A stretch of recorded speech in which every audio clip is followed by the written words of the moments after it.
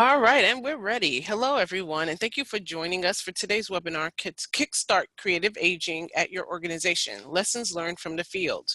My name is Quanice Floyd, and I'm the Director of Learning and Leadership Development at the National Guild for Community Arts Education. I'm joined today by Annie Montgomery at Lifetime Arts, and 4 of our 2018 Catalyzing Creative Aging Seed grantees representing Pullen Arts Center, Fleischer Art Memorial, Caseta Maria Center for Arts and Education, and the Community Music School of Springfield. Through support of the Guild and Lifetime Arts, each of these grantee organizations launched successful creative aging programs at their institution last fall and laid the groundwork to sustain and grow these organizations and programs over time.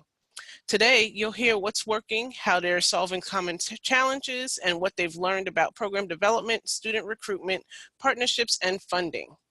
We've scheduled 90 minutes for the webinar today, and don't worry, we've also added in lots of time and opportunity for you to ask questions, so please feel free to share them. Your lines will be muted during the webinar, so to ask a question, please toggle over to the bottom of your screen where you see the Q&A box. If you have a question, please click on that box and type the question out. We'll try to get to as many of your questions as we can today. Otherwise, we will follow up with you after the webinar. Finally, please don't forget to take our short post-webinar survey, which will be sent right after we're finished. Your feedback helps us continue to grow our online learning series. Without further ado, I'd like to introduce Annie Montgomery, Director of Education at Lifetime Arts. Annie, it's all yours.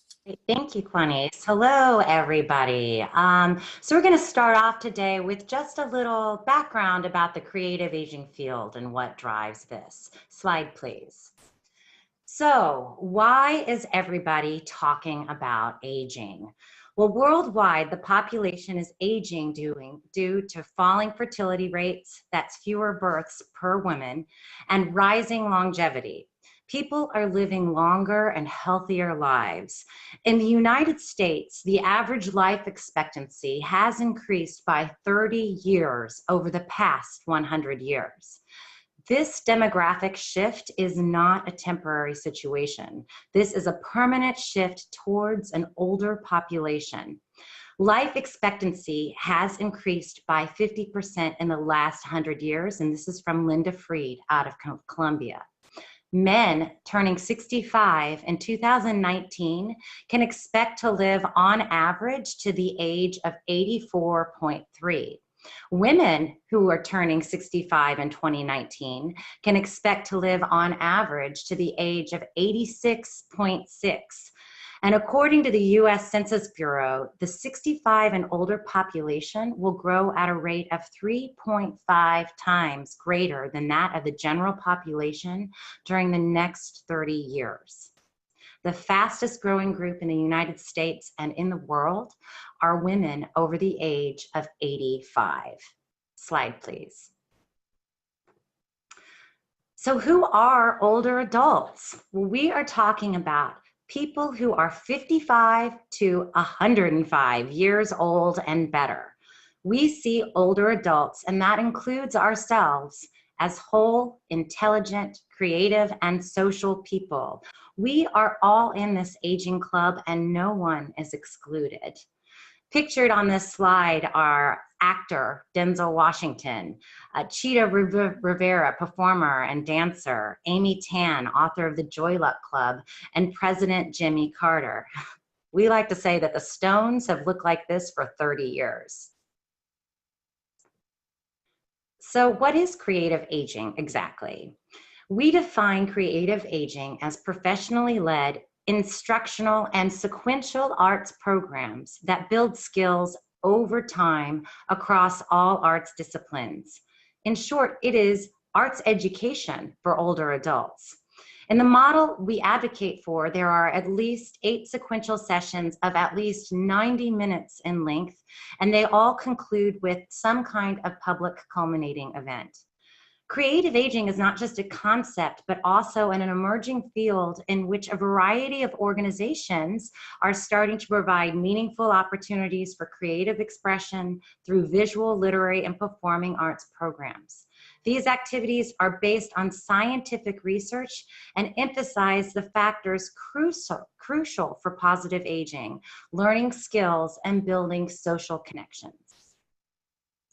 It is not sing-alongs or one-off programming or learning how to make pot holders or gluing macaroni on cardboard. Though the results of the participation may be therapeutic, the goal is instructional. It's building skills over time in a socially supportive environment. It is very active engagement, and you may recognize this picture later on when you meet the Caseta Maria crew, and they'll talk more about this bomba and drumming program. Those of us in the arts have always known that the arts are good for us, and there is science to back this up. And it shows that the arts engagement is especially good for older adults. The creative aging model is based on the work of Dr. Gene Cohen, who led the Creativity and Aging Study. This study was done over 3 years in New York, Brooklyn, in New York, LA, and DC. In each site, there was a control group who did their usual activities and an intervention group who participated in professionally conducted art and cultural programs. 50 participants in both control and intervention groups in all 3 sites. The age range was 65 to 103, and both groups were well matched in terms of functioning at the start of the study. The average age was 80. There is an expected decline in this age group. And you may switch the slide, please. And continue down to slide 6, please. Sorry, didn't realize you'd not caught up. One more. Perfect. There it is. So now these are the results that they found in the study for those participants, those people who were in the intervention group. They found that these results came about from their participation in the group. Cohen and others have discovered that the aging brain is far more plastic than previously believed, and that structured learning, especially through the arts, can improve cognitive functioning and enhance the quality of life. Slide, please. Dr. Cohen's landmark research identified the 2 key ingredients to successful creative aging programs: mastery and social engagement. Simply put, learning something new or in more depth and making friends in the process. Slide, please. But there are some important factors to consider when thinking about older adult learners. They are autonomous and self-directed. They don't have to be there, and they come because they are interested in being there. This group will vote with their feet, so if they are not engaged, they will leave. They will bring their whole life experience to the class, which makes for incredible potential for a very deep art-making experience in which vulnerability and risks can be wholly embraced. However, sometimes this experience and this life experience comes with narratives or baggage that aren't necessarily true, like I'm not an artist or I'm not good at this. Teaching artists must create safe environments to address these barriers and meet each learner where they are at. Older adults are goal-oriented, so they have very specific outcomes in mind. A teaching artist must identify these goals and create an environment where each goal is honored, but may be slightly different from student to student. And finally, older adults want to name what they are learning and apply it not only in the class, but in other places in their lives. Slide, please. There is no getting around the fact that we are all aging. So while we always assume ability, there are some issues that happen with more frequency as people age. It's important to recognize these natural changes and be prepared to address them. Often, older people do not volunteer information. For example, if they're having problems with hearing. Many of these issues can be handled proactively by considering things like how the space is set up, how handouts are designed, or through non-evasive assessments. Slide, please. And finally, there are natural processes of aging which brings with them a series of losses. Spouses die, families move away, they might lose friends.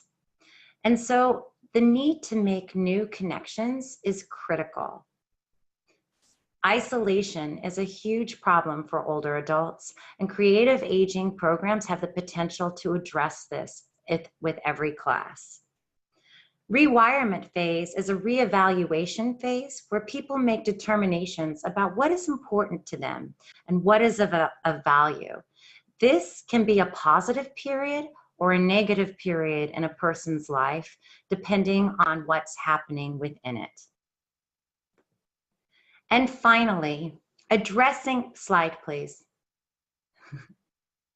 Finally, addressing ageism and moving past preconceived ideas about what it means to age has played a huge part in bringing older adults in our communities to the table of opportunity for the arts.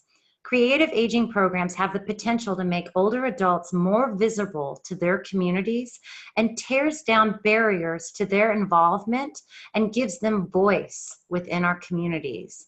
So part of our work is not to only provide creative aging programming, but to begin to address how ageism exists within our own communities and within our own organizations. This isn't just about doing the work, but identifying the barriers in our organizations and in our communities that might keep us from doing the work. And now I'm going to pass it back to Juanis. Thank you, Annie. So as Annie has demonstrated, there is definitely a high demand for creative aging programs, but not enough programs that meet this need. For the first time in United States history, older adults that are 65 and over are projected to outnumber youth 18 and under by the year 2035. Nonprofit arts education organizations are uniquely positioned to play a leading role in providing innovative programming for an aging population that is living longer, healthier lives. But according to the Guild's 2017 benchmarking data report, only 30% of the field currently provides any older adult programming, and much of those programs do not intentionally integrate social engagement. The Guild's Catalyzing Creative Aging program, a partnership with Lifetime Arts, was launched in 2017 to build the capacity for community arts education organizations to offer creative aging in their communities. The program offers training, technical assistance, and funding. These are our three key goals: to increase the capacity of organizations to serve older adults through skill-based participatory arts programs, provide models of high-quality creative aging programs to the field, and to raise public awareness about the benefits of creating aging programs. Our 2017 to 2018 Catalyzing Creative Aging program was made possible through the generous support of Aroha Philanthropies, Mocha Foundation, and Music Man Foundation.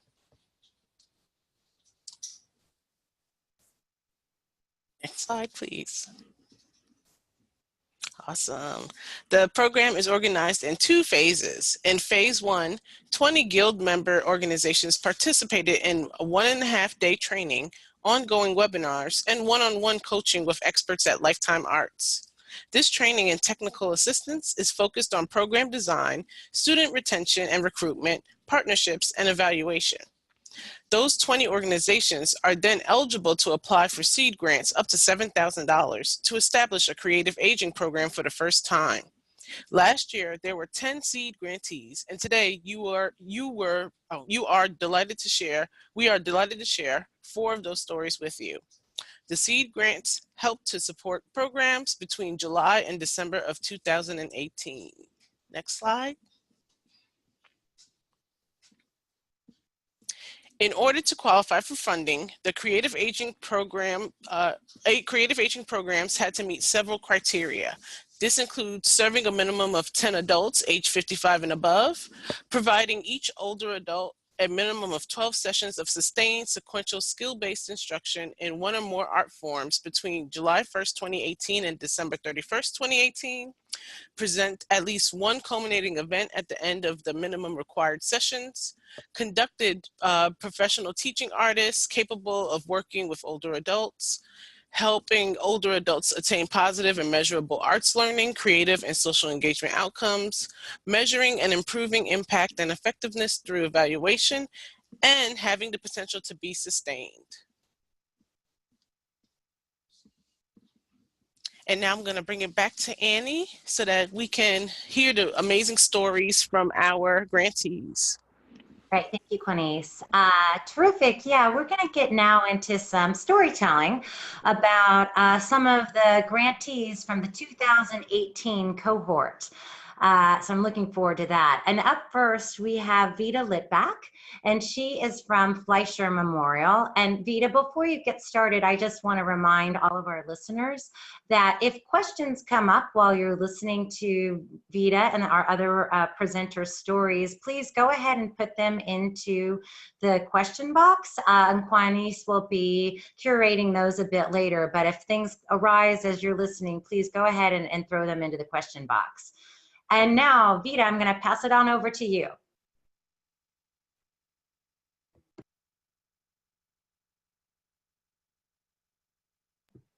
Vita, please unmute yourself. We can't hear you.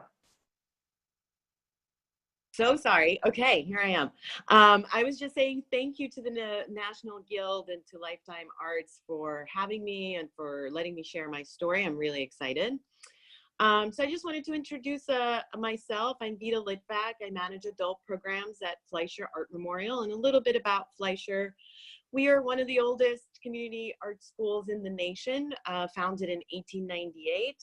We serve about 20,000 people a year with our adult, youth, children and youth programs, exhibition programs, and community partnership programs. In 2017, we were part of the first cohort of Catalyzing Creative Aging Institute, and it has really jump-started our creative aging initiative at Fleischer.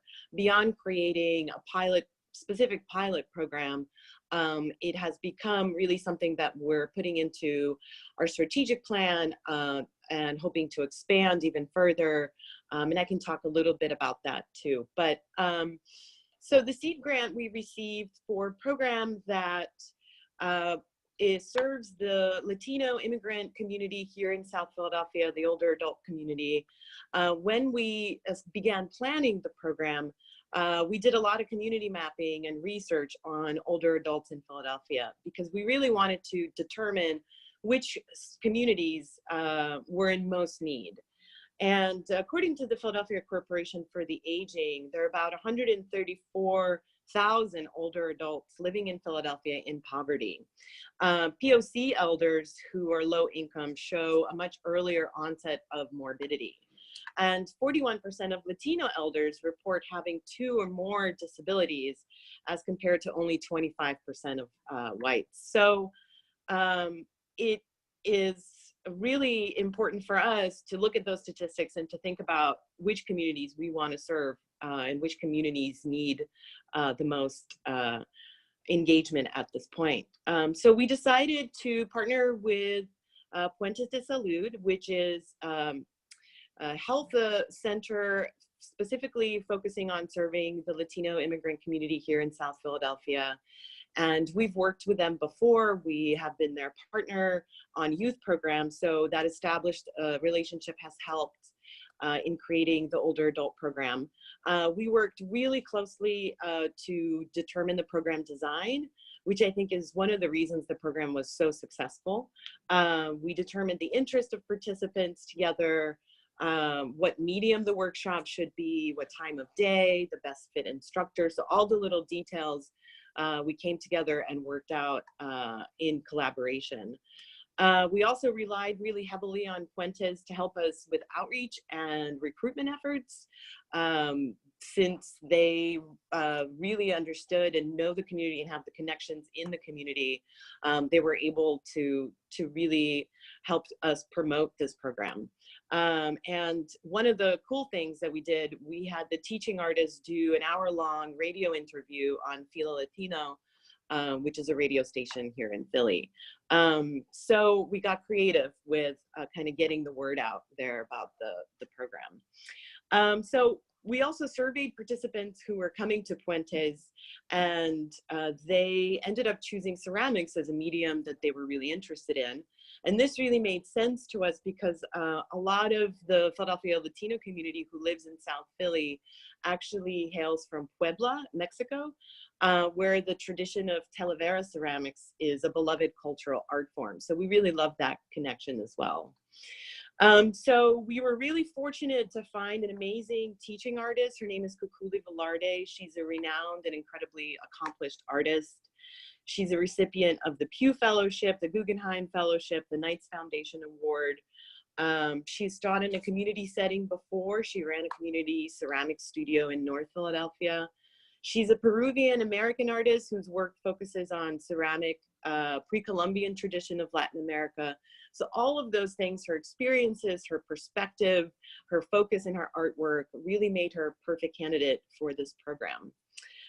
We titled our program Cerámica Cuentos para las Generaciones, or Ceramic Stories for the Ages. The class was taught in Spanish. It was not a bilingual class. And together with Kukuli, we worked really closely to design the curriculum to not only focus on actual skills, hand building skills, ceramic skills, but to also weave into each project a narrative aspect. So thusly the stories. And our goal with bringing stories into each of the projects was to help participants to connect to each other through that aspect of sharing their personal stories with each other. And we did see that there was a lot of community building happening in the classroom. A lot of people were getting to know each other much better and really actually creating lasting connections. There were a total of 13 students in the class, and after the class had ended, 12 out of the 13 students signed up for classes at Fleischer in the next term. So that was a real sign of success for us, that the community, the students, the participants felt comfortable at Fleischer, wanted to come back, and that most importantly, they wanted to keep making art. So we had, this is an image of the culminating exhibition, which is a really important element of the creative aging programs in general. It reinforces a sense of pride, accomplishment, and really increases students' confidence in their own work. The culminating event helps to also build community, as a lot of family members and friends come to celebrate participants' works. At our culminating event, we also had a little pop-up hand building workshop with Spanish-speaking ceramic artists, so that visitors had a chance to actually experience firsthand the medium in which the participants worked. So we like that aspect too. To study the program, we conducted pre and post program surveys, and we learned a lot about the impact of the program on participants. On the whole, we found that the program increased participants' confidence in making art and their sense of themselves as being creative. We saw an increase in the level of physical activity, also an increase in their interest to learn new things.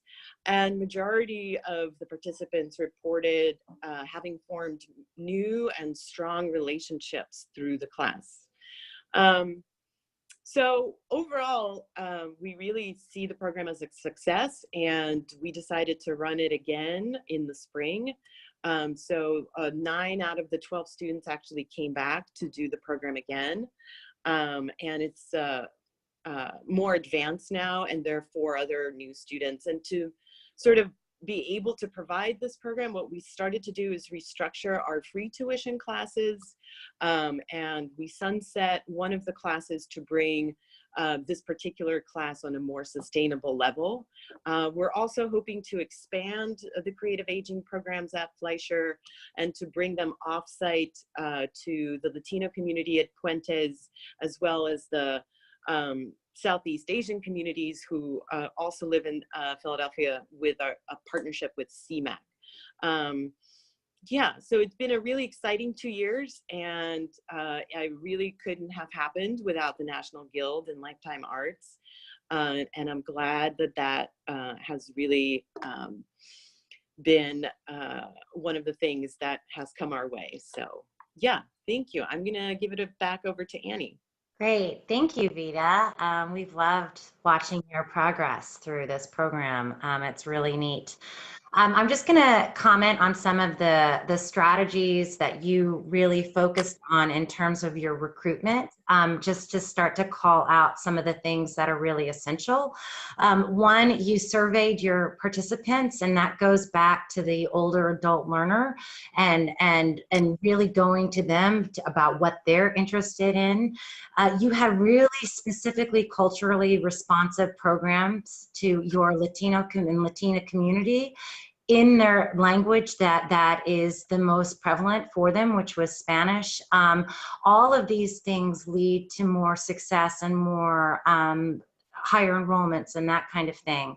But what I would love to hear a little bit more from you about knowing sort of these learned lessons that you've had over the last 2 years as you start to take your program out into the community and offsite. How will these kinds of strategies play out once you are away from your home site?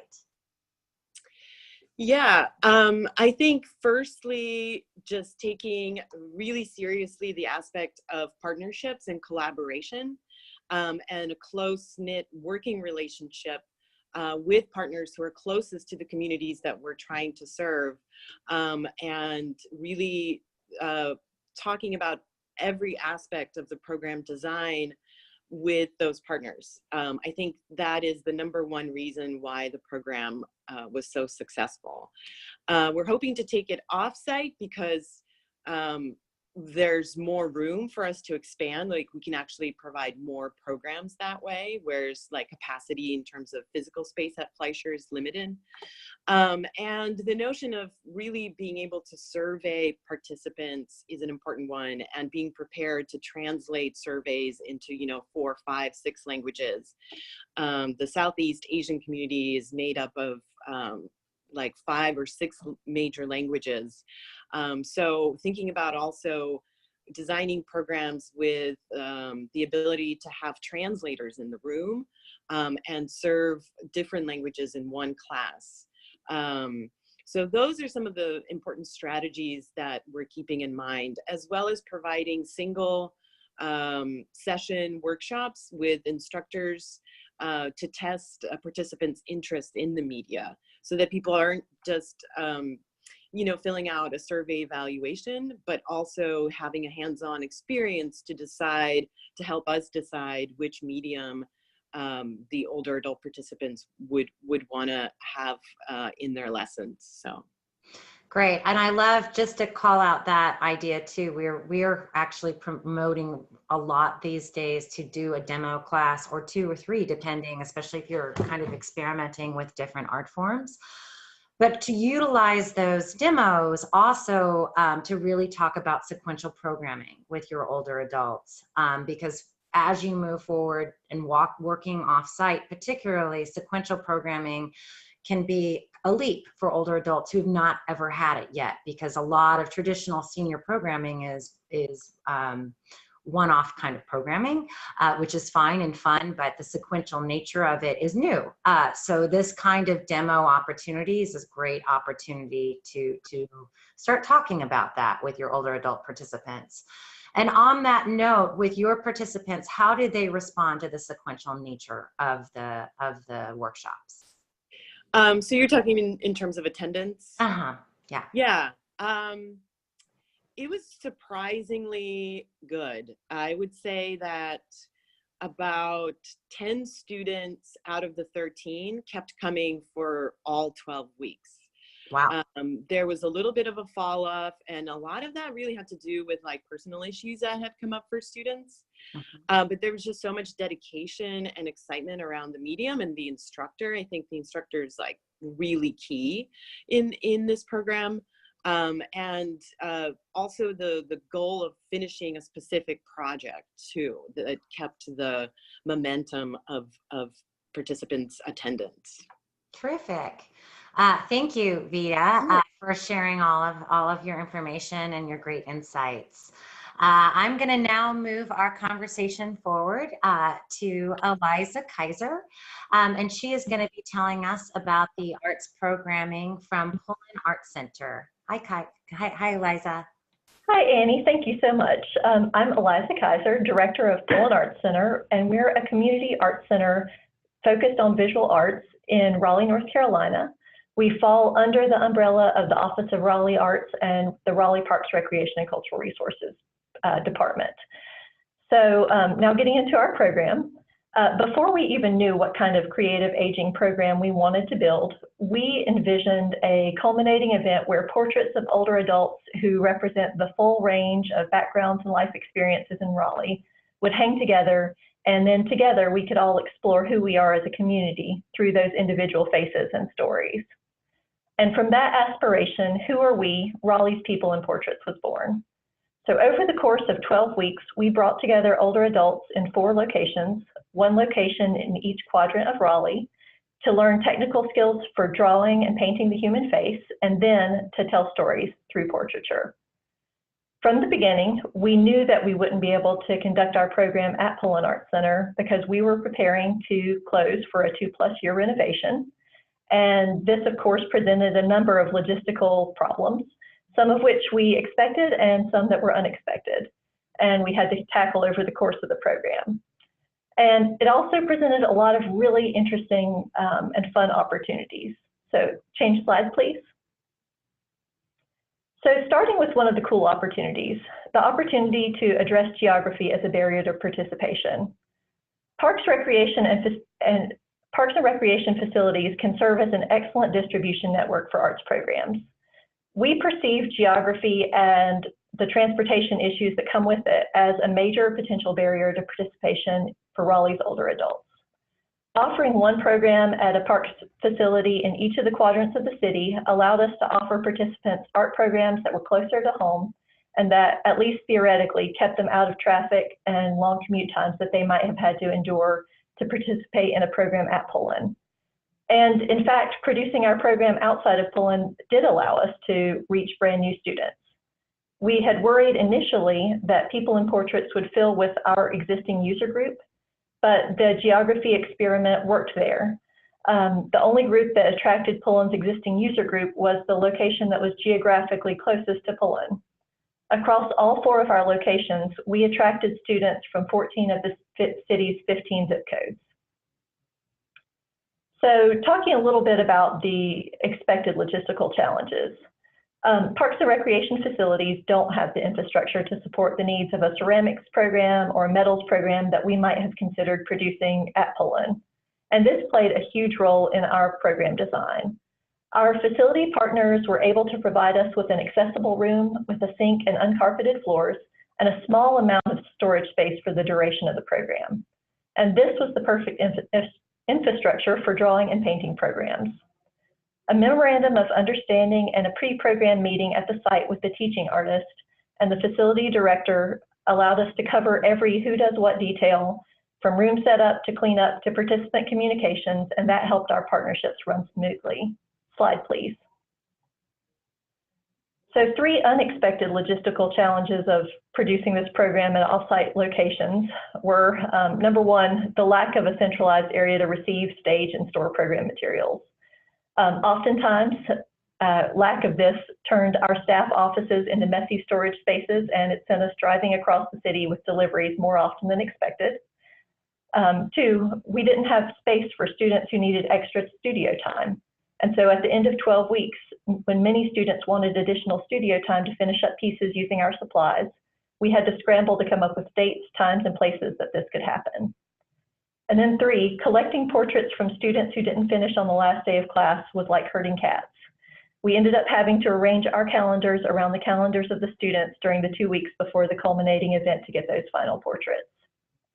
In the big scheme of things, all of these little logistical challenges ended up being well worth the hassle but if I could go back and anticipate them at an earlier stage than I did, I would.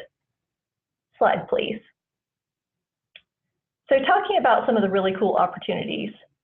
Running the same program at 4 different locations with a different teaching artist assigned to each location was ambitious and logistically complicated, but also really beneficial for our organization. Ahead of the start of the programs, we brought together 8 of our teaching artists, including the 4 that ultimately led our programs, for a training that Lifetime Arts helped us design on ageism and techniques for supporting social engagement in visual arts programs. Providing our teaching artists with a peer group from the start of their creative aging journey was extremely beneficial for everyone. This training, along with the fact that each of the students or each of the teaching artists was delivering the same curriculum to different groups of students, allowed us an opportunity to cultivate an atmosphere where the teaching artists were sharing ideas and supporting each other's challenges through a series of meetings that we had both before and during the program. This was valuable both in supporting this specific program and also in the role that it's playing in helping us build a place for creative aging in the future programming at Poland Arts Center. Slide, please. So now circling back to that original vision of our culminating event, that vision of experiencing a room full of portraits that reflect back to us who Raleigh is. At the end of 12 weeks, we and 200 other people got to have that experience. With the help of 2 partners, we created a gallery in 4 rooms of a historic home in the middle of the city. Across all 55 of the portraits created, we found 7 different themes in the portraits, and we hung the show by theme rather than by geographic location. This arrangement played out in the most lovely way at the opening, where we saw participants from the 4 locations meeting one another and bonding over their shared experience in the program. We also saw grandchildren, children, spouses, and friends coming out in droves to support their artist, often discovering a talent, a story, or a side of their artist they had never seen before. I'll note here that I was extremely nervous that our culminating event would be a bust. The opening reception was advertised and held on an afternoon about 3 hours before an unusually large snowstorm was forecasted to begin. But happily, our artist arrived 30 minutes before the reception and absolutely lived up their time in the spotlight for the next 2 hours. So what's next? The support of the SEED grant from the National Guild for Community Arts Education and the technical support from Lifetime Arts set us up to succeed and to continue creative aging programming. Through our experience last fall, we were able to collect data that we're using to illustrate the alignment between creative aging programming and Raleigh's strategic plan's focus on supporting aging in place. I'm pleased to report that our request for funding to support 5 People in Portraits programs in locations around the city for fall of 2019 is being included in the budget that's being presented to our City Council in the coming months. And now, Amy. Thank you so much, Eliza. I feel like I'm going down memory lane. Yeah. Program. It's awesome. So I just also want to call out some of the things that you talked about that are really important when we talk about creative aging and imagining programs. One of the main things that you talked about was the idea of space considerations, whether it's in your own space or in your partner space. Vita had talked a lot about surveying her patrons, but giving a survey of art forms that aren't possible because of a space challenge. For example, your Parks and Recreation Challenge didn't have appropriate spaces for ceramics. That sort of vetoes certain art forms. So in a lot of ways, considering the space, whether it's your own space or partner space, is the first step. So I thank you for talking about that. And then also you really talked about the challenges within that, because while there was the art form was appropriate, you had a real accessibility problem with storage and with supplies and studio space and extending that, which is all of the things that we can only really see in hindsight. But now we have this fabulous programming on the table for your community moving forward. How do you think that you'll address those concerns, considering that you'll still be working in the parks and recreation? What will that look like in terms of pre-planning with them? Sure. So I think, one pre-planning thing that we got completely right was the pre-program meetings with the teaching artist and the facility director. That communication from the get-go is absolutely key in making a partnership like this one work. Just making sure that everybody's on the same page about those little programming details that will cause unnecessary tension in a program if they're not addressed is key. Honestly, I'm looking at public storage options for our future iterations of how to, how to manage these supply constraints. And we're also looking at just simply kind of from the beginning, adding an extra hour of time that we've got the facility reserved onto that agreement to give students that extra time without us having to kind of scramble at the last minute. Eliza, I want to speak to that a little bit too. A lot of teaching artists, we've started seeing them in the Sukasa program in New York City. They have a certain amount of contact hours that they're obligated to. Often what they do is they give an hour or maybe a half an hour of where this is like their office hours or their tutorial hours where students can stay. So while thinking about the extra hour for your students, are you also thinking about how you'll be compensating your teaching artists for that time? Absolutely. It's key to take good care of our teaching artists because the programs would not go well without their expertise. Exactly. And can you speak to a little bit, maybe you've heard from some of your teaching artists around sort of the difference kind of working with older adults in terms of intensity and their passion for their artwork and what that looks like in terms of class time or post-class time? Sure. So, I'd say that their experiences range the gamut. There's that expression, if you've met one older adult, you've met one older adult, and that's completely true here. I think that all of our teaching artists commented to me on how wonderfully happy they were about how curious their older adult students were. And then once they maybe got over some initial hesitations about how they weren't an artist, how excited and engaged and enthusiastic about the learning they were. That's fantastic. Thank you, Eliza, so much for Thank sharing you, your story. And we will circle back in a little bit with more questions. Okay. Next up, we're going to hear from Gail Heidel. I hope I'm saying your last name correct, please. That's correct. That's great. Thank you. And she is from Caseta Maria, and she's going to tell us a little bit about their programs. Thanks, Annie, and good afternoon, everybody. My name is Gail Heidel, and I serve as the Director of Creative Arts Programs at Caseta Maria Center for Arts and Education. Founded in 1934, we are the first and oldest Latino charity in New York City. We operate out of a 90,000 square foot building that we own, located in the Hunts Point neighborhood of the South Bronx. Each year, we serve up to 1,000 people, K-12 and after-school programming and summer camp, and reach over 40,000 community members through free public programs like our recent 14-session Bomba class for older adults titled Cultural Wellness through Song, Drum, and Dance with Dr. Drum. This weekly daytime class took place last fall in our dedicated music studio. You can see it here in this image. It focused on bomba, a traditional Puerto Rican art form which includes drumming, dancing, singing, storytelling, and healing. Class sizes ranged from 8 to 14 participants weekly. Each class would start with thoughts for the day for the group to reflect on and how they connected to bomba as a way of life, weaving in both history and culture. They would then practice song phrases and dance steps, building on what they had learned the week before. The teaching artist planned his class with an evolution in mind, to proceed by building on the different steps and rhythms, but was also fluid and adaptable with students that joined the class after it started.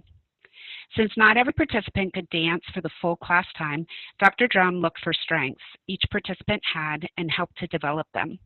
For example, Steve, who is wheelchair-bound, has a melodic speaking voice and was encouraged to sing. Verone, pictured here on the right side of the image, practicing her dance moves from a seated position, was encouraged to take a few steps during each class. Her goal during the culminating ceremony was to be able to walk without her walker to the center of the circle in rhythm and walk back without her walker, which she achieved. Image 2, please. For our culminating ceremony, we invited the public to a free bomba performance.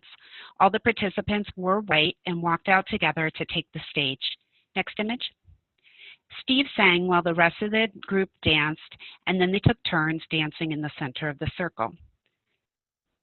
And then one more image. When this happens, the dancer is communicating with the drummer through gestures to influence the accent of the beat. The event also included a bomba history lesson led by Dr. Drum and a share out from each participant about what bomba means to them and their experience in the class. We recorded and transcribed the share out. This is from Steve. I'm in this wheelchair at the moment, but it's not permanent. It's temporary. From this experience, I learned that I can still learn something new without being impaired. After the share out, Dr. Drum and the participants fielded questions from an audience of over 75 people.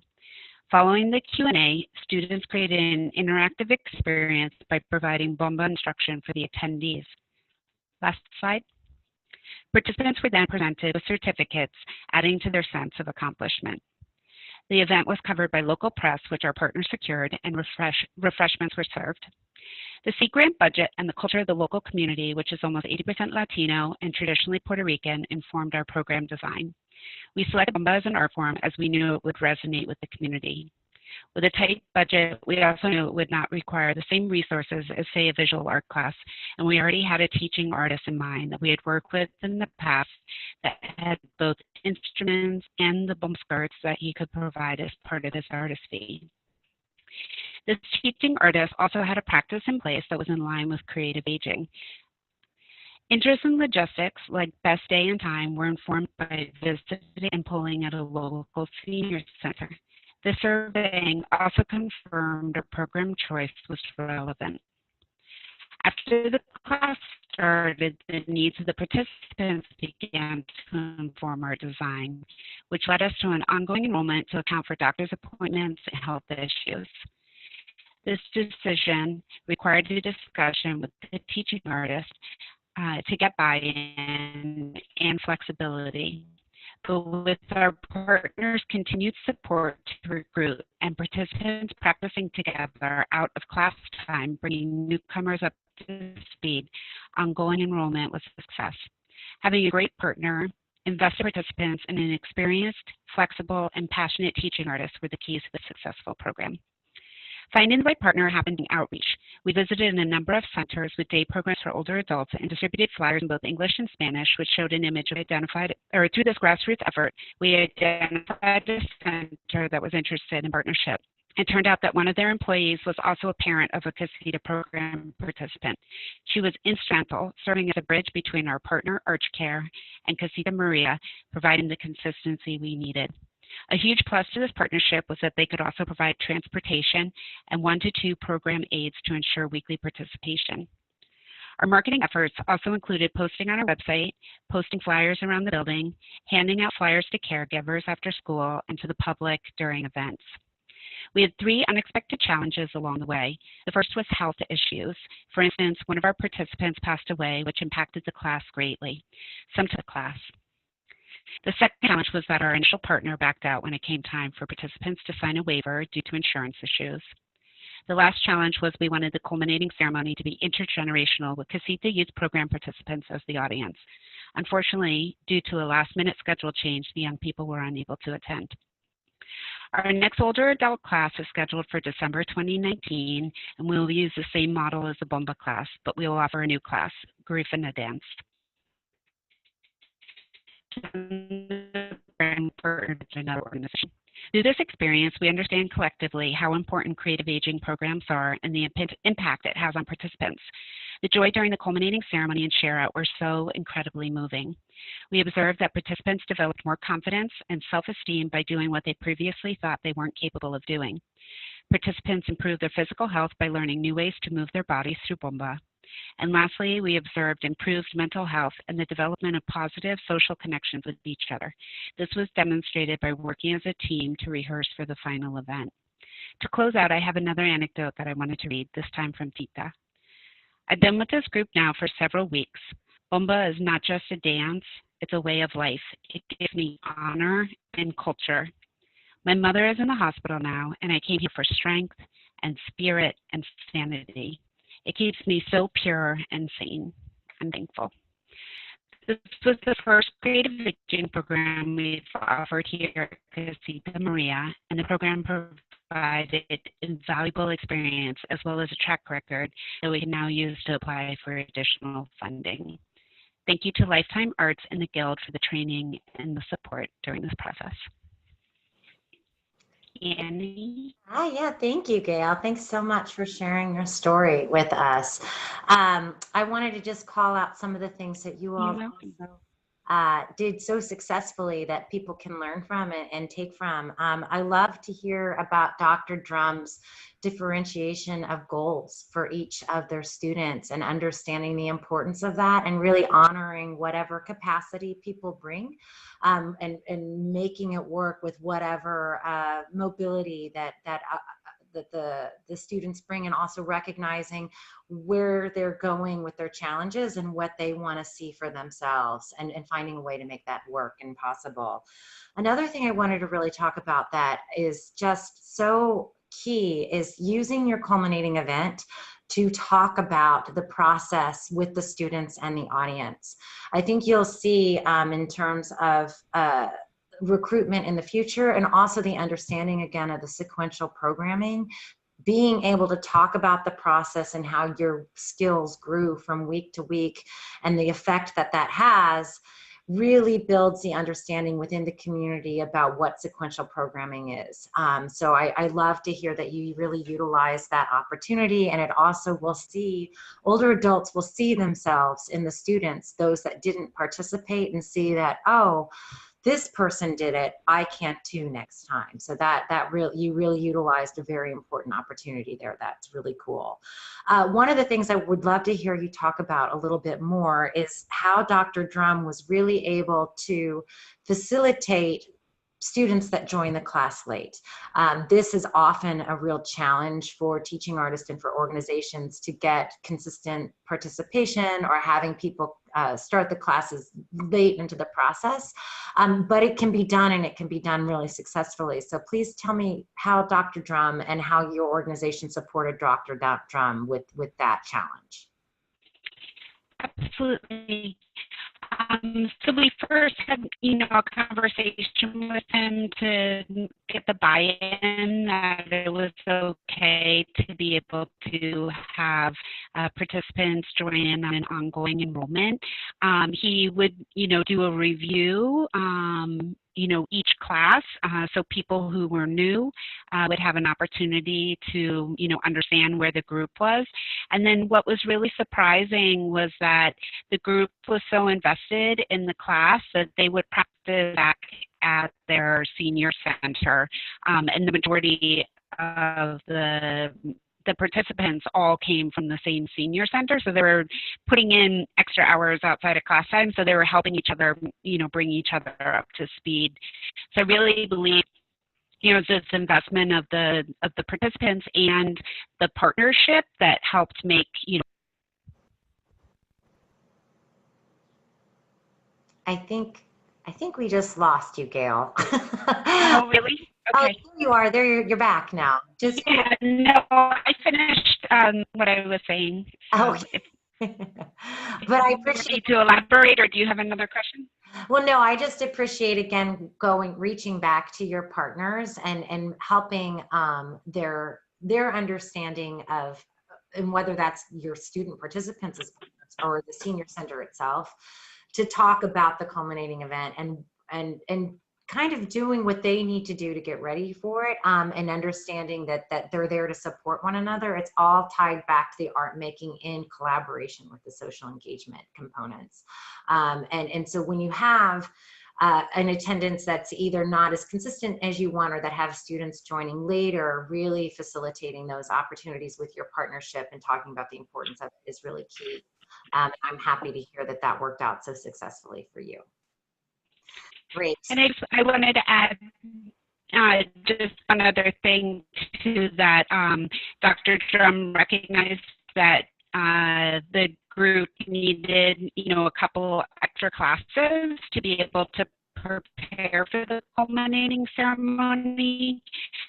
So he ended up adding 2 extra classes. So the group that did join later, in a way got to catch up because they, had, those additional classes. One was even held like the day of the culminating ceremony.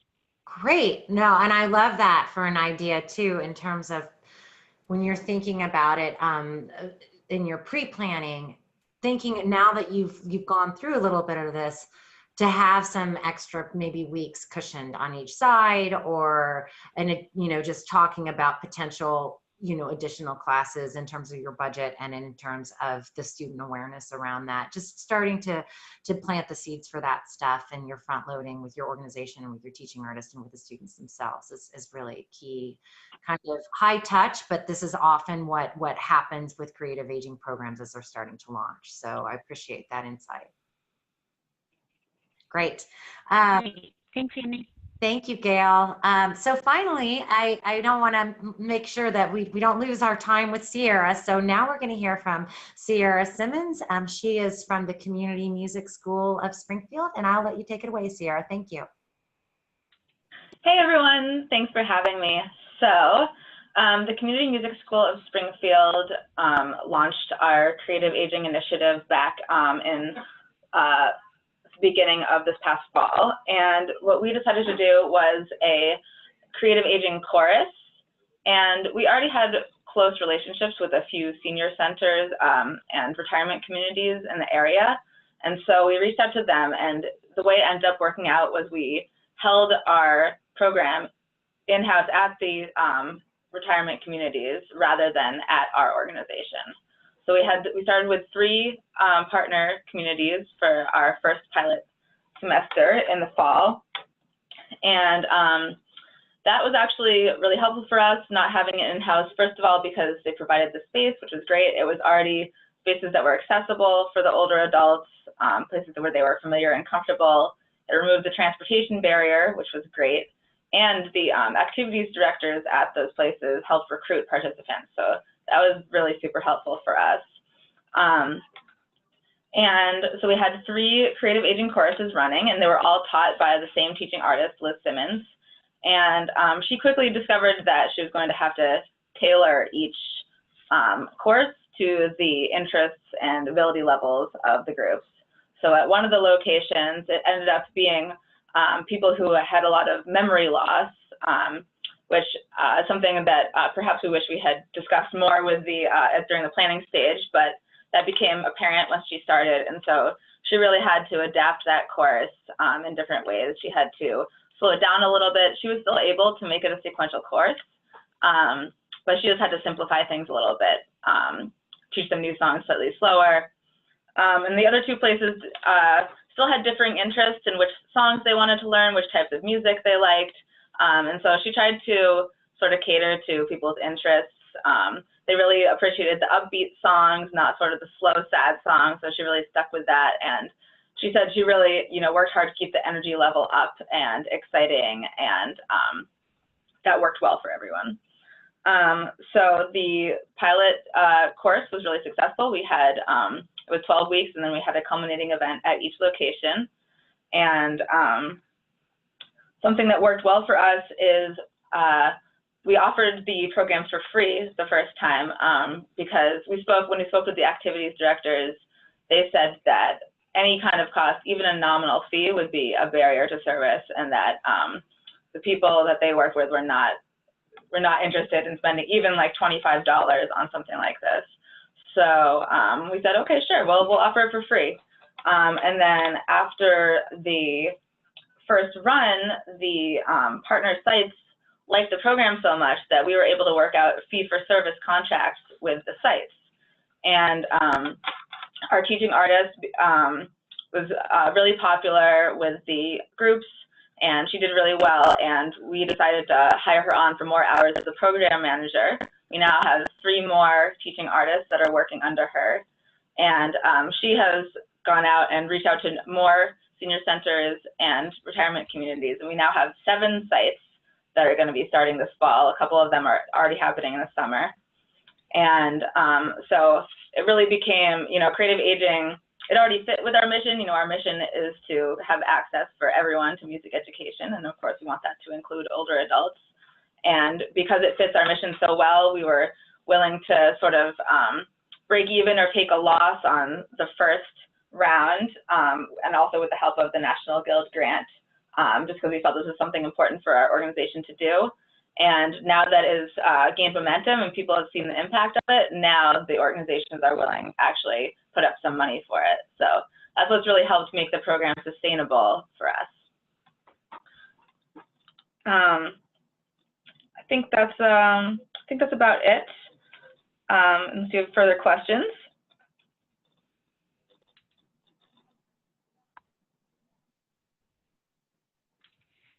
Annie, I think you're on mute. Can you hear me now? Sorry. Yes. Yeah, great. Yeah, one of the things that you did that was really kind of key elements to creative aging and successful programming is this idea that you reached out to the senior centers and you took away all the barriers by being on their sites. Which is really terrific if an organization is able to do that and to afford to do that. But it really makes that accessibility factor really key. Another thing I really loved hearing about is how the teaching artists really responded to what the older adults wanted in terms of song selection, and then also being really responsive to cognitive challenges that you didn't expect, and slowing the pace of the class down and really working with the students that she has with them. And then I'm so excited to hear about all of this future programming that you are planning. On that note, and thinking about what your teaching artist Liz had learned working with people with varying abilities cognitively in a class, but still managing to have a sequential course. When you're approaching new sites so successfully, how do you talk to them about sequential programming? And particularly when you know you're going to have varying degrees of sort of capacities, both cognitively and physically in the class. How do you start to educate the centers themselves on what the goals are for sequential programming? Well, we always make sure to have a good sit-down meeting with the activities director or enrichment director and really make things clear with them. And we definitely learned a lot from this first round that we really need to make expectations very clear. But honestly, the things we learned in the Catalyzing Creative Aging workshop from Lifetime Arts, just some of the talking points were really helpful in expressing the goals of the program to the people we were working with. So, you know, we sort of did like a super light overview crash course of the basics of what you explained at the beginning of this webinar, just so people really know where we're coming from. Like, this isn't passive entertainment, this is sequential, they're supposed to learn something. And in general, people are very supportive of that, and you know, they're really interested in making this kind of thing happen. And I think now that we've learned about the varying issues that may come up with the different groups, we know to bring that up and say, okay, well, you know, what are the kind of levels of cognitive function in this group? Is this, you know, if people need their caretaker to come in with them, that's fine. We just want to know about everything ahead of time so that we know what kind of material to bring to the group.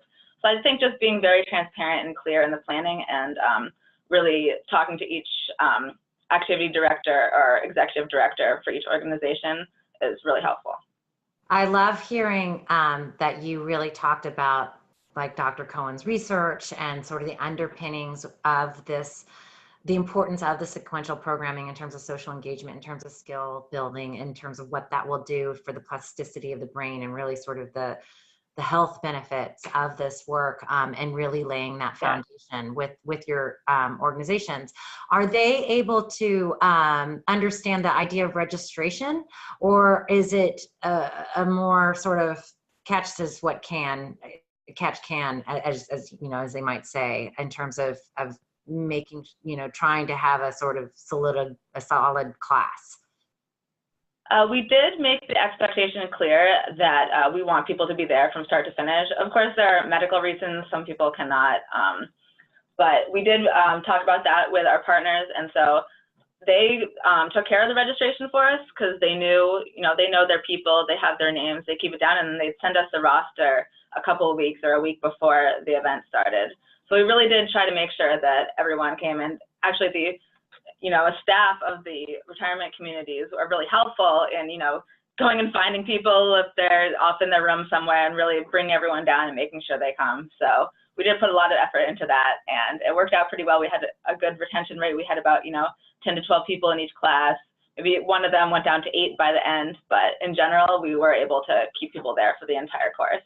Oh, that's so great. I mean, just hearing that you're making headway and successful strides within senior living communities is really cool to hear. And especially in terms of sustainability, that they're interested in the fee-for-service potential is really encouraging, I think, for all of us as we start to imagine sustaining these programs and making these accessible and free to the participants. If we can get the organization to pay for it, that's fantastic.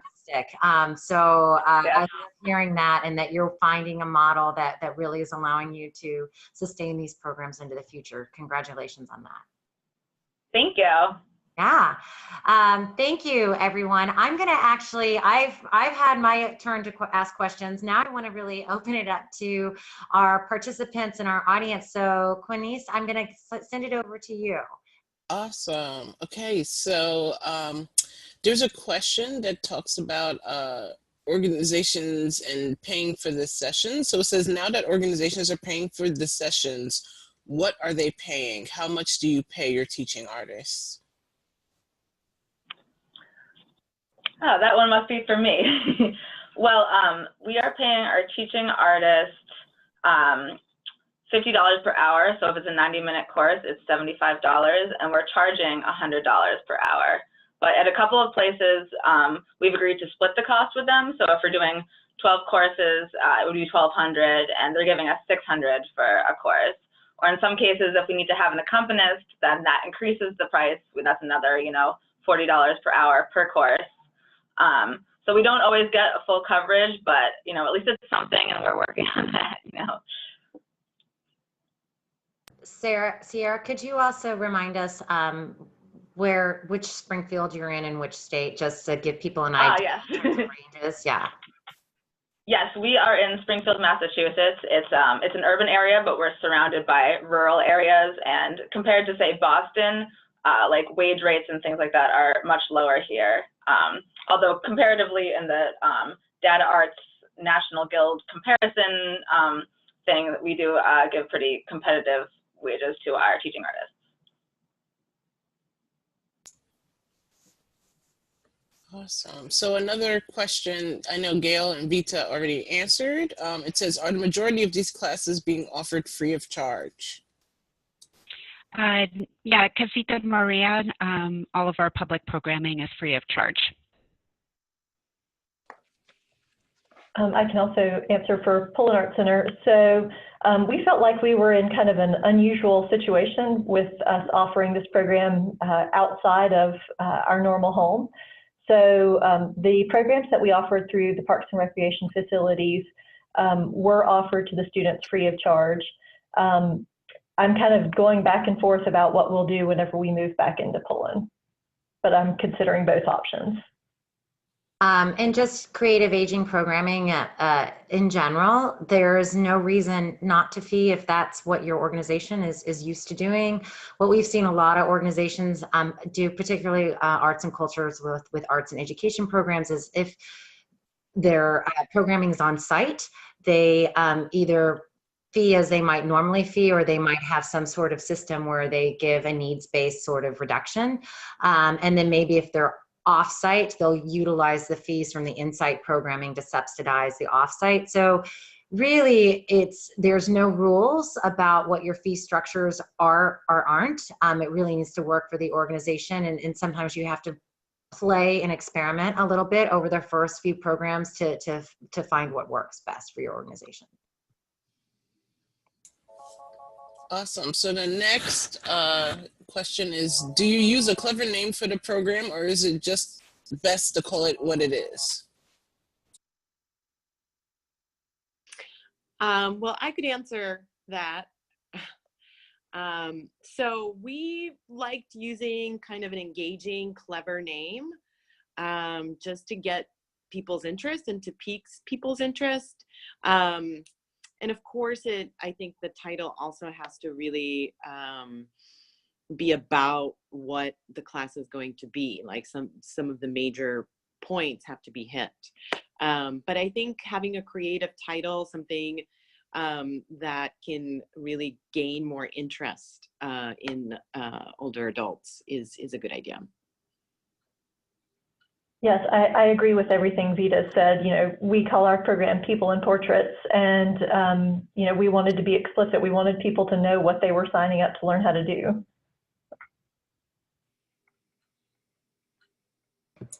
I might just add too that we've seen a lot of success with sort of branding a program series.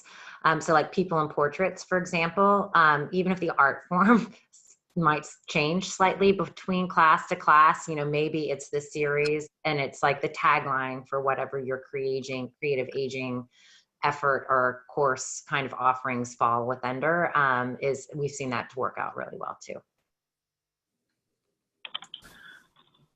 I'll add the chorus program was called Sing Out. So, you know, it gives a hint of what the program is, but it is not just creative aging chorus, which we also considered. Awesome. Someone wrote, what names did you use for the other programs?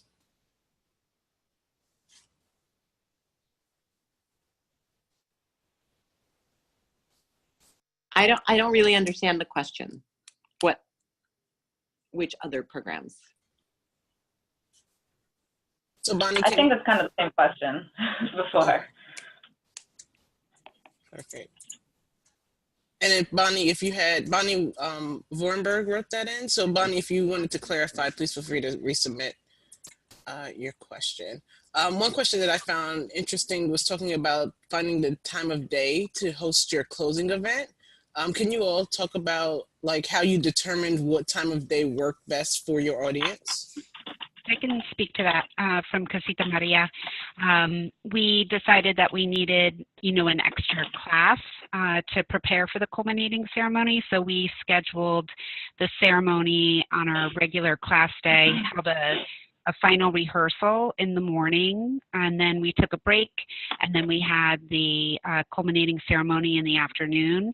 And we chose the afternoon, one, because we had wanted youth participants from our after-school programming to be able to attend, and then also transportation for the older adults ended at 5 o'clock. So it gave us this window between 3:30 and 5 to be able to host the event. And it ended up working out really well. We got, as I mentioned, 75 people that attended the event, plus lots of press during the day as well. Great. So just what we did with our group of students was actually collaboratively work with them on planning the event, from kind of the exhibition itself and the installation of the work, like whether it's on pedestals or shelves, to what time of day and which day of the week. So we just had conversations with students, and they really kind of drove all of the planning. And we ended up having it on a Friday evening, 5 to 7. A lot of the participants had families that worked, so I think that was part of it. They wanted family to come. And we had a really nice crowd. I think we had about 50 people come and participate in this. So yeah. For Pullen Arts Center, we knew that the priority was for them to be able to bring family members and friends. So the easy decision for us was a Saturday late afternoon. The program, or the culminating event, technically ran until 6, but it died at 5 o'clock. So.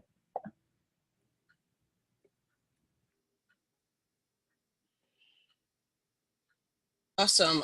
Another question.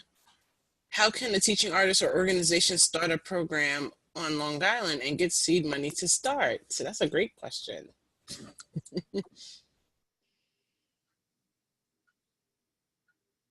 Do one of you want to give some advice on that? There certainly will be opportunities in the future, potentially from the National Guild for seed money, but I would love for you guys to speak to imagining this without seed money, because I think that's more the case for most people, is that there's not always a grant available to start a new programming trend or lane in your organization. So I'd love to hear from any of you about what you might do to take your first steps to think about creative aging. I think for us, I think grants are really essential and incredibly helpful. And to imagine starting a program without grants is really difficult. And within our institution, we're large enough to think about making priorities. So we've committed to creative aging, so that, and now we're looking at the rest of our programs and seeing, well, which program can we sunset, right, to create some funding out of that, right, to take that funding and reshift our focus. And I think it is really about making priorities as an institution in terms of who do you want to serve, which demographic, and how do you want to serve them. And so making those choices is really, I think, one of the ways that you can start up something, or would have to start up something. Yeah, and what else did I want to say? I think that's for me the major aspect of it. Sorry, Amy. I'd love to take a stab at this too. So I'd really consider 3 questions. So the first question is, what's your organization's mission and how does creative aging align with it? The second question would be, what do you know you do well as an organization? And then the third question is, what does a reasonable risk look like for your organization?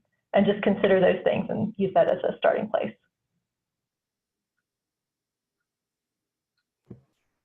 Great. Anyone else want to comment here? At Caseta, we're continuing to apply for grants, to be able to fund an ongoing program, but, as a stopgap until, we can secure, substantial funding. As I mentioned in my presentation, we found a partner that is going to be partnering with us on an exhibition that's going to feature grief and artists. And then as part of the public programming, we're going to have an older adult class that is going to be teaching grief in a dance. So it'll be the same model that we had for Bomba, but just teaching a different dance form. And having this partner who has funding in place but doesn't have a location is, how we're able to continue our programming, at least for this year. Great, and just to call out some of the things that I'm hearing from all of you. One, both Vita and Eliza talked to this, and something that we really promote before you can really go down the creative aging road is really starting to align your mission to creative aging and vice versa. It has to fit in with what your organization wants and why you're doing it. That will lead to the higher level conversations for sure about what comes next. Secondly, this is a cross sector field. So, if you are an arts and education sort of organization, you should primarily work with K through 12, youth development and that sort of thing. Where do older adults fall into your arts and education mission? And potentially, where are those older adults in line with some of the arts and education grants that might be out there? A lot of times people don't know what they don't know. And sometimes it's up to an organization, an arts and education organization, for example, to say, wait a second, older adults are part of this conversation. Let's bring them to this field. Arts and education is important for all lifelong learning kind of initiatives that are starting to spring up across the country. But sometimes it takes sort of the inventiveness of an organization. And then finally, speaking to what Gail said, is looking for partners. A lot of times, and also Sierra said this too, is that once they sort of got in the front door of these assisted living communities and these older adult communities, and they saw the impact and the importance of this kind of programming, all of a sudden, oh, wait a second, there is money here. So we can go a fee to service route. But it takes a little digging, and I also would just probably give the advice is start small first. You know, pilot a program, pilot some free programming potentially, just to sort of start to gain interest in from patrons and community members. Did somebody want to add something to that? Also, I heard a click. Nope. Okay, I'm going to pass it back to Quanice. I think we have time for 1 or 2 more questions. Awesome. So Bonnie clarified, she said, in addition to People in Portraits and Sing Out, what was the name used for the other program?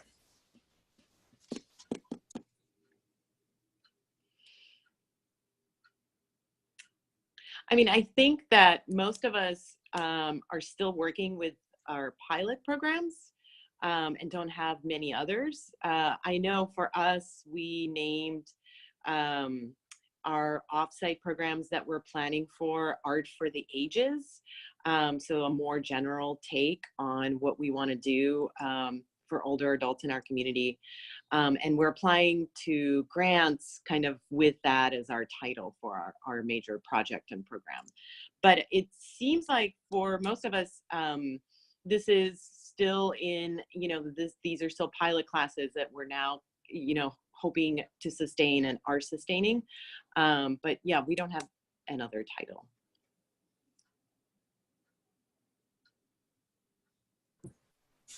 Sierra, did you want to comment on that? Have you branded your classes in any way? Yours is Sing Out, correct?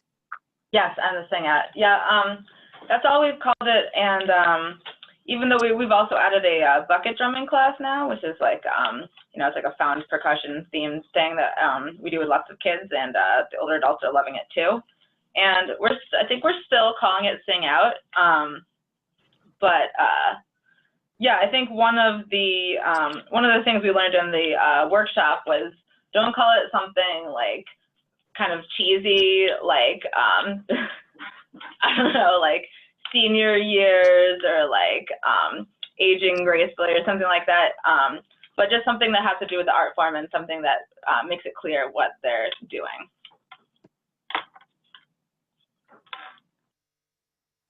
Exactly. We tend to talk about not infantilizing older adults through the titles.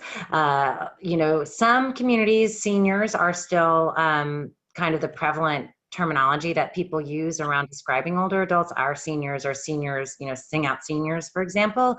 So you really have to sort of gauge your community if that's appropriate. But a lot of programming sort of titles are shifting to for older adults or 55 plus. So just to be really cognizant of what's appropriate for the folks that you're trying to reach. Quinice, do you have one more question for us? Sure, yeah. So Sierra answered this in the chat box, but it would be great to hear your answers. So what suggestions do you have to create buy-in from an older adult community that your organization is a place that will respect them and be a class they'll enjoy?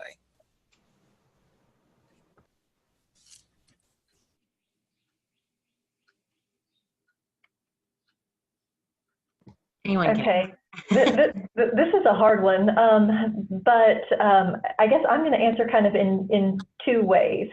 So, you know, I think with my experience programming outside of my organization, one realization that brought me to was that sometimes having a program at an art center or at a place with art in the name can be a turnoff for some older adults. So even though they want a class that where the instructor is professional, where they're going to learn in depth, if they have to go to an art center, for some, that's going to be a turnoff because they don't consider themselves artists. So that's just kind of one piece of the answer. But the other would be simply to, well, go with try to do an ageism conversation with your staff. Annie and Nathan from Lifetime Arts helped my staff to plan the training to go through that experience of examining what ageism is and how it comes out in day-to-day life. And just having a conversation like that with your staff might make the environment that you're operating in a better environment for older adults. Yeah, I also wanted to just quickly talk about finding partnerships with organizations that already have a community of older adults, that trust them, that they have buy-in with them, and partnering with those organizations so they can kind of like recommend you to this group of older adults. That's how we've done it, and that's how we're planning to do it in the future. For example, CMAC, an organization that doesn't just serve older adults, but they do organize an elder share meeting, and about 100 older adults come to this, and it's every week on a Tuesday morning, and there's chair yoga. So there's already a lot of investment in that community and a lot of trust. We came for a site visit. We were introduced, the organization talked about who Fleischer is. So seeing that connection between us, I think makes the community have buy-in in Fleischer, or a little bit more trust in Fleischer.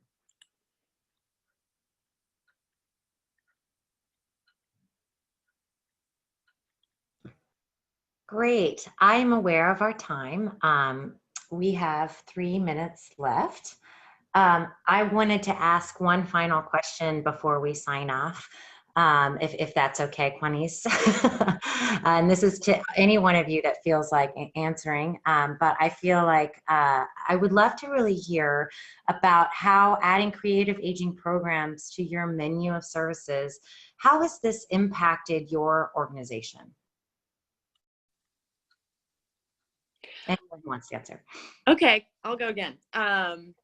So for us, this has been a really big shift, and I think starting with the training is really important, and doing research or going to a creative aging training so that whoever leads the initiative in your organization has a lot of knowledge and understanding of why the field is important, and how we can better serve older adults, actually understanding programmatic design. I think all of that is what the National Guild and Lifetime Arts were able to provide for me.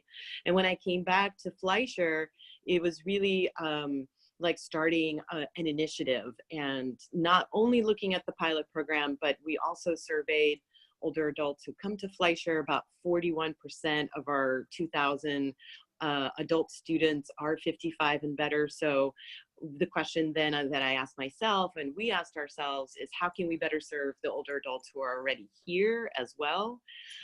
So those surveys showed us a lot. We were able to expand certain programs during certain times of day because of them. We then did a faculty and staff training, and Lifetime Arts came out and did a whole training around creative aging and the strategies we could be using, and talking about ageism.